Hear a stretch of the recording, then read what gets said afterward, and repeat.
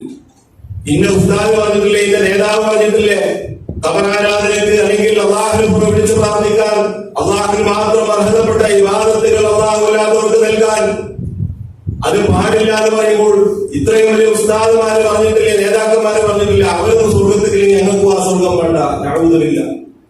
അള്ളാഹു ഖുർആനിൽ ചോദിക്കുന്നുണ്ട്, മാ അസ്ബറഹും അലന്നാർ ഫമാ അസ്ബറഹും അലന്നാർ. നരകത്തിന്റെ കാര്യത്തിൽ എന്താണ് അവർക്ക് ഇത്ര സഹനം നൽകുന്നത്? എന്താണ് നരകമെന്നോ സ്വർഗമെന്നോ പരലോകമെന്നോ സത്യത്തിൽ മനസ്സിലാക്കിയത് അങ്ങനെ പറയില്ല. അവിടെ എല്ലാവരും ഒഴിവാകും. മുമ്പ് വിളിച്ച് പ്രാർത്ഥിച്ച എല്ലാവരും ഒഴിവാകും.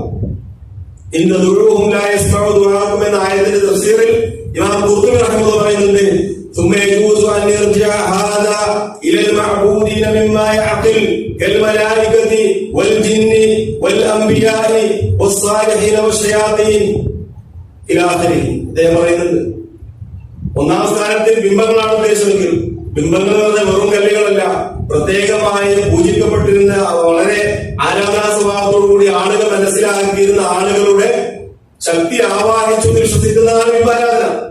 റോഡിൽ കാണുന്നില്ല കല്ലിന് ബിംബാരാധന ആരാധിക്കാറില്ല. ബിംബാരാധകർക്കും അവരുടേതായ ചില അടിത്തറകളുണ്ട്. എന്താണ്? അവർ വിശ്വസിക്കുന്ന ആരാധ്യ പുരുഷന്റെ ശക്തിയോ അല്ലെങ്കിൽ അനുഗ്രഹമോ അമാനിക്കപ്പെട്ട കല്ലിനെ വിശ്വസിച്ചാണ് അവർ ആരാധിക്കുന്നത്. അല്ല, റോഡിൽ കാണുന്ന എല്ലാ കരിങ്കല്ലിനും കല്ലിനെ അവർ ആരാധിക്കുന്നില്ല. അപ്പൊ ബിംബം എന്ന് അർത്ഥം വെച്ചാലും അതിന് പിന്നിലുള്ളത് എന്താണ്? സാലിഹ്യങ്ങളോടും മഹാന്മാരോടും ആരാധന തന്നെയാണ്. നൂഹ് നബി അലൈഹി ഇസ്ലാമിന്റെ സമുദായത്തിലുള്ളതുപോലെ വളരെ മഹാന്മാരായ വളരെ വലിയ പുണ്യാളന്മാരായിരുന്നു, അള്ളാഹുവിനെ ഇബാദത്ത് ചെയ്തിരുന്ന ആളുകളായിരുന്നു. അവർ മരണപ്പെട്ടപ്പോൾ അവരുടെ മജ്‌ലിസുകൾക്ക് അവരുടെ പേരുകൾ ഇട്ടു. പിന്നെ പറഞ്ഞു, നമ്മൾ അവരെ ഓർക്കാൻ വേണ്ടി രൂപം വരയ്ക്കുക. അത് ഈ രൂപം വരയ്ക്കുന്നതിലും മുക്തി ഉണ്ടാക്കുന്നതിലും ഒക്കെ വലിയ താക്കീത് വരാൻ കാരണമാണ്.